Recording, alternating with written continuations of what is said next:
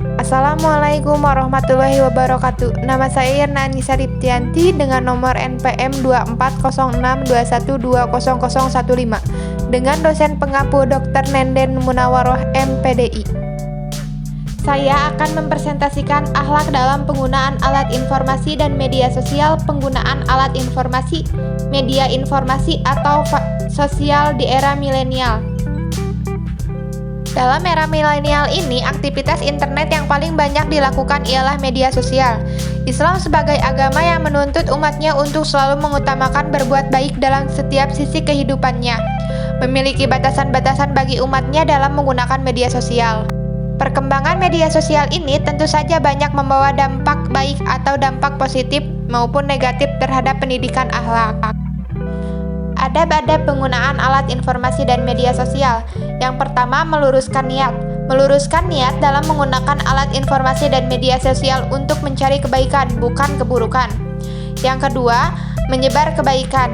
Sebaiknya penggunaan media sosial harus diupayakan sebagai sarana pengumpulan pahala. Yang ketiga, tidak mengumbar kebencian. Ketelitian dan kehati-hatian harus menjadi etos setiap muslim. Dikarenakan di era sekarang banyak sekali yang membuat berita hoaks. Yang keempat, memanfaatkan waktu. Aktivitas apapun jika menggunakan waktu berlebihan itu tidak baik. Dampak positif alat informasi dan media sosial. Generasi milenial merupakan generasi pengguna media sosial dan alat informasi, baik untuk kepentingan pribadi, kelompok, ekonomi, eksistensi, bahkan pencarian informasi. Akhlak positif yang bisa didapatkan oleh seseorang dalam alat informasi dan media sosial.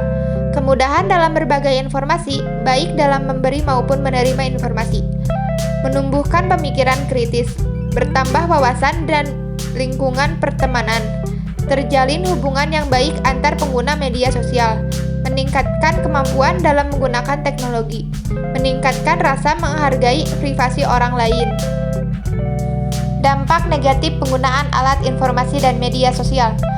Kemajuan di bidang teknologi seperti di era milenial ini dapat mempengaruhi akhlak seseorang karena mereka terlalu menikmati teknologi dan lalai dalam tugas-tugasnya. Dampak akhlak negatif yang ditimbulkan, kecenderungan media sosial yang menyebabkan berkurangnya efisiensi waktu, hilangnya privasi karena terlalu banyak menuliskan hal-hal bahkan hal-hal yang bersifat pribadi dalam jejaring sosial. Malas melakukan kegiatan tertentu karena asik saat menggunakan media sosial.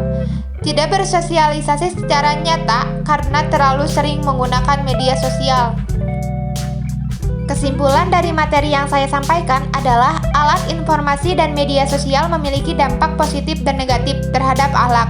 Penggunaan alat itu tergantung seseorang menggunakannya. Jika dengan hal-hal yang baik, maka akan berdampak positif.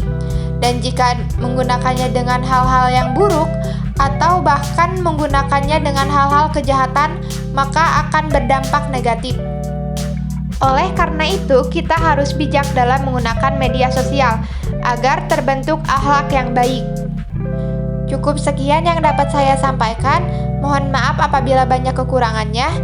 Wabillahi taufiq wal hidayah. Wassalamualaikum warahmatullahi wabarakatuh.